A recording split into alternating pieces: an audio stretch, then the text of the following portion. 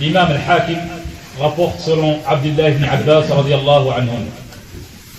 Il a dit, le prophète sallallahu alayhi wa sallam a conseillé une personne en lui disant: profite de 5 choses avant 5 choses. Profite de 5 choses avant qu'il t'arrive 5 choses. Profite de ta jeunesse avant que tu sois vieux. Profite de ta bonne santé avant que tu sois malade. Profite de ta richesse avant que tu sois pauvre. Profite de ton temps libre avant que tu sois occupé. Et profite de ta vie avant ta mort. Des conseils précieux. Et on a besoin de ces conseils de nos jours. Tous ces conseils, ils tournent autour du temps. Le temps. Profite de ton temps avant que tu sois occupé. Et Allah subhanahu wa ta'ala a juré par le temps. Et Allah subhanahu wa ta'ala ne jure que par des choses précieuses, par des choses grandes.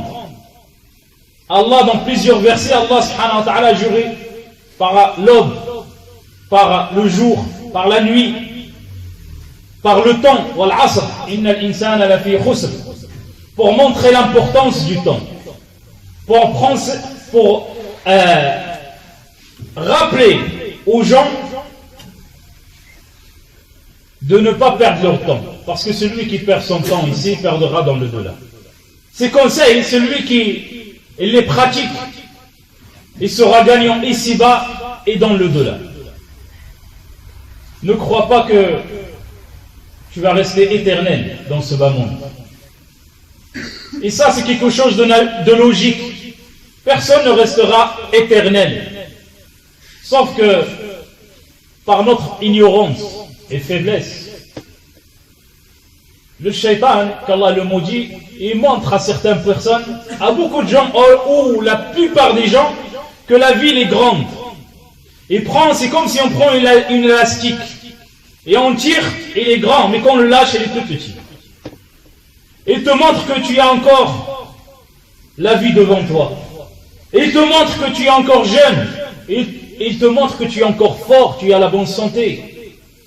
Tu n'es pas malade, donc tu es loin de la mort. Et il ne cesse de te souffler dans l'oreille que, Inch'Allah, demain tu vas faire la repentir. Inch'Allah, demain tu vas cesser.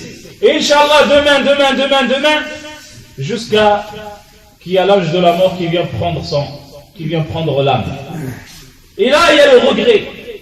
Mais tu ne peux pas payer ce regret. Trop tard. La chance que tu as, c'est le bas monde. La chance que tu as, c'est quelques années dans ce bas monde. Combien de jeunes, combien de fois on entend, on nous signale qu'il y a un jeune homme qui est mort. Il faut faire salat janaza sur lui. Combien de jeunes, ils ont des programmes devant eux. Il a des projets devant lui. Il dit, Inch'Allah, dès que je travaille, dès que je gagne, dès que j'arrange ma situation, là je vais adorer Allah. Parce que je ne suis pas tranquille en ce moment. Il a soudain un accident, qu'Allah nous préserve, une maladie, et là il perd sa vie. Un jeune, ici, on est parti le visiter. Il est resté pendant 9 ans au lit. Il est mort, qu'Allah lui fasse miséricorde. Mais il est jeune, à cause d'un vaccin.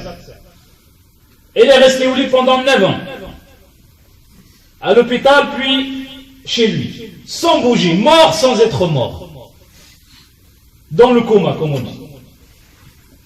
Et là, tu regardes l'importance de la vie et l'importance de ce temps que nous on perd jour et nuit. Beaucoup de gens ils passent leur temps devant les télés et ils se fixent devant la télé 6 heures, 8 heures, 10 heures.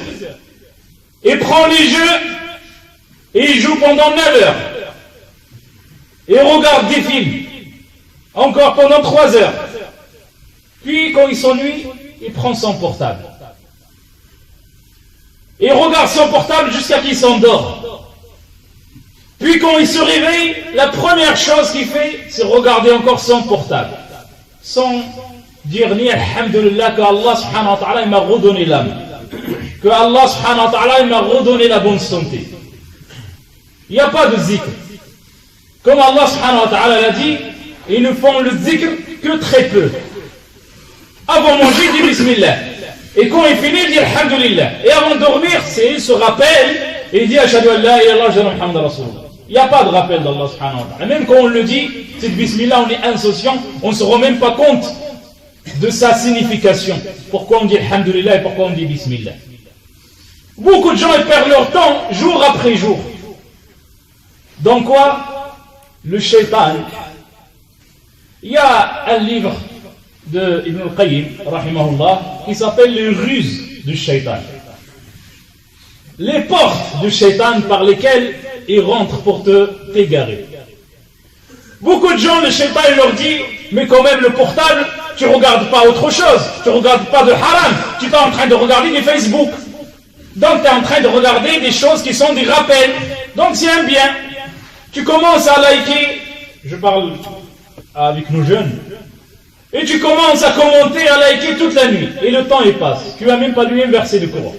Tu n'as même pas fait le rappel. Et le shaitan il te dit, alhamdulillah, tu es bien maintenant. Beaucoup de gens ils font le rappel sur internet. Tu es en train d'écrire alhamdulillah, la hawla wa la quwwata illa billah. Mais de s'asseoir après la prière et de rappeler Allah subhanahu wa ta'ala avec concentration, en pleurant, et demander à Allah subhanahu wa ta'ala avec concentration, là il n'a pas le temps. La première chose, même dans nos prières, dès qu'on finit la prière, la première chose, le portable. Il faut qu'on regarde qui c'est qui nous a appelés. Comme si tu es le président de la République. Personne ne t'appelle. Et les gens qui t'appellent, tu vas le voir à l'extérieur. Mais la personne, tellement il y a un point noir dans son cœur, ça l'empêche d'aller vers le rappel d'Allah subhanahu wa ta'ala. Il y a quelque chose de lourd, c'est-à-dire la personne elle est capable de regarder son téléphone toute la nuit, mais dès que tu lui dis réveille-toi, lève-toi, fais 2 unités de prière, là c'est comme si une montagne qui est posée sur lui. Très lourd, je suis fatigué, je peux pas, j'ai travaillé toute la journée. Si tu as travaillé toute la journée, dors. Au lieu de se faire mal avec cet écran et perdre du temps avec lequel tu regretteras le jour de résurrection. Allah subhanahu wa ta'ala dit que la personne, quand on lui arrive la mort, la personne insouciante, la personne qui perdit son temps, qu'est-ce qu'il dira? Oh Allah, retournez-moi. Qala rabbi irji'un. Retournez-moi dans le bas monde. Je ne veux pas mourir maintenant. Maintenant, ça y est, j'ai compris maintenant. J'ai compris qu'il faut profiter du temps. Et donc, pourquoi Allah subhanahu wa ta'ala t'a envoyé des prophètes? Pourquoi Allah subhanahu wa ta'ala t'a descendu des livres? C'est justement pour le rappel. Inna fi dhalika la zikra liman kana lahu qalbun aw alqa as-sam'a wa huwa shahid. C'est un rappel pour celui qui a un cœur vivant. Nos cœurs ne sont pas vivants. Nos cœurs, on croit que nous sommes vivants. C'est ça, parmi les ruses de Shaitan, c'est de te montrer que tu es parfait. Mais, quand est-ce la dernière fois que tu as lu le Coran? Et de quelle façon? Rien que la prière, on est pressé. Donne-moi 3 minutes, je fais la prière. Pour rester avec toi 2 heures. Avec Allah, 3 minutes, et avec lui, donne-moi, je rêve vite, vite. Comme si Allah subhanahu wa ta'ala, c'est juste quelque chose de lourd, tu vas la lâcher. On ne trouve pas de saveur, on ne trouve pas comment dirais-je, on ne trouve pas un délice dans l'adoration. On est loin, tellement nos cœurs ils sont loin d'Allah subhanahu wa ta'ala, on veut se lâcher cette adoration. Alhamdulillah, j'ai fait aller, maintenant j'ai fait rien. Maintenant, ça y est, j'ai tout mon temps. Le shaitan, la'anahullah, il te montre que tu as encore le temps. Le jour de résurrection, le prophète sallallahu alayhi wa sallam a dit, personne ne passera le jour de résurrection jusqu'à qu'il sera questionné, qu'il sera jugé sur sa vie, où est-ce qu'il a passé? Sur sa jeunesse, où est-ce qu'il a passé? Allah subhanahu wa ta'ala, le prophète sallallahu alayhi wa sallam insiste sur la jeunesse, parce que c'est là où le moment où la personne doit profiter de l'adoration, avant qu'il soit handicapé, avant qu'il soit vieux, qu'il ne peut même pas aller à la mosquée. Et il te dit, tu es encore jeune, tu as encore le temps. Le prophète sallallahu alayhi wa sallam, comme j'ai dit, le jour de résurrection, il sera questionné encore sur son temps. Et même les gens de l'enfer qu'Allah nous préserve, ils pleurent, et ils crient. Qu'est-ce qu'ils demandent? Comme Allah subhanahu wa ta'ala dit, sors-nous de cet enfer, on ne fera que du bien. Nous on sait qu'il y aura la mort, nous on sait qu'il y aura le jugement, nous on sait, mais il nous manque la certitude. Celui qui sait, on a la certitude sur le travail. Pourquoi? Parce qu'on a la certitude, si je ne travaille pas, je n'aurai pas de salaire. Ça c'est 1 plus 1, 2. Ça c'est une certitude. Si tu ne montes pas dans le TGV, tu ne voyageras pas. Ça c'est une certitude. Si tu n'ouvres pas les volets, le soleil ne rentrera pas. Ça c'est une certitude. Mais est-ce qu'on a la certitude sur la mort? Si je ne travaille pas pour le jour de résurrection, je ne gagnerai pas. Là, on le sait, mais le travailler, on ne le travaille pas. Même, subhanallah, même pour nos enfants. On est en train d'apprendre à nos enfants la perte du temps. Allez, va jouer. C'est pas interdit, mais chaque chose a son moment. Jouer, c'est pas 3 heures, 5 heures. L'enfant a besoin de l'éducation, a besoin de sa mère, a besoin de son père. Non, on ne lui dit pas va jouer juste pour lui, mais c'est pour que nous on a le temps avec nos tablettes, avec nos portables. Le prophète sallallahu alayhi wa sallam a dit, il y a 2 choses que les gens, maghbounun fihima kathirun minan nas. 2 choses, 2 bienfaits que nous on ne les sent pas. Que très peu de gens qui ont, il suffit de rentrer dans les hôpitaux, il suffit de rentrer, de voir ces gens qui souffrent. Regardez les gens qui ont le cancer, qu'Allah nous préserve. Qu'est-ce qu'ils demandent? Qu'est-ce qu'ils souhaitent? Les gens qui sont dans des accidents, les gens les aveugles, qu'est-ce qu'ils souhaitent? Les gens qui sont handicapés, qu'est-ce qu'ils souhaitent? Ils souhaitent une chose, la bonne santé. Quand le prophète sallallahu alayhi wa sallam il t'a dit, profite de ta santé avant ta maladie. Rentre dans les cimetières et regarde les tailles de tombes. Et c'est là où tu comprendras que la vie, c'est pas une garantie. Tu n'as pas une garantie d'Allah subhanahu wa ta'ala que tu vivras pour toujours. Si Allah subhanahu wa ta'ala il devait laisser la vie pour quelqu'un, il l'aurait laissé pour ses prophètes. Al-Hassan al-Basri a dit, ô fils d'Adam, tu es comme les jours. Quand un jour il passe, une partie de toi part. Quand un jour il part, une partie de toi part, jusqu'à que tu n'y aies plus rien.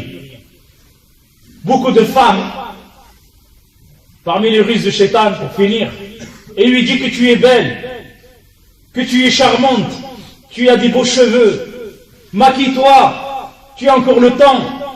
Et il te dit, Inch'Allah, dès que je me marie, je retourne vers le bon chemin. Et ça, c'est juste un souhait. Il ne le fera pas. Sauf Allah subhanahu wa ta'ala, il la guide.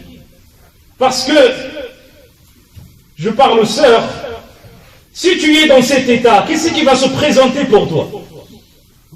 Un frère, non. Un frère, il ne veut pas des mini-jupes. Un frère, il ne veut pas des leggings et tout ça.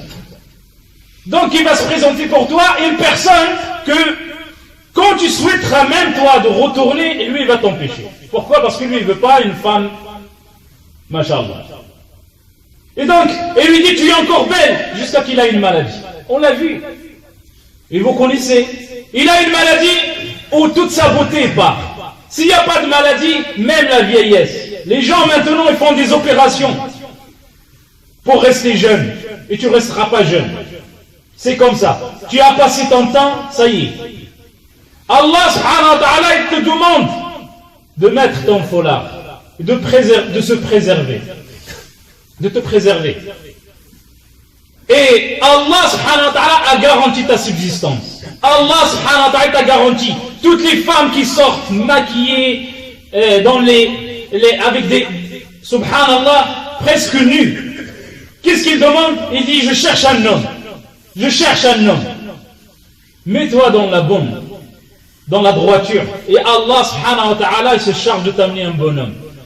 At-tayyibatu lit-tayyibin. Les bonnes femmes, c'est pour les bons hommes. أقول قولي هذا واستغفر الله لي ولكم فاستغفروه إنه ولي ذلك والقادر حتى لا أنسى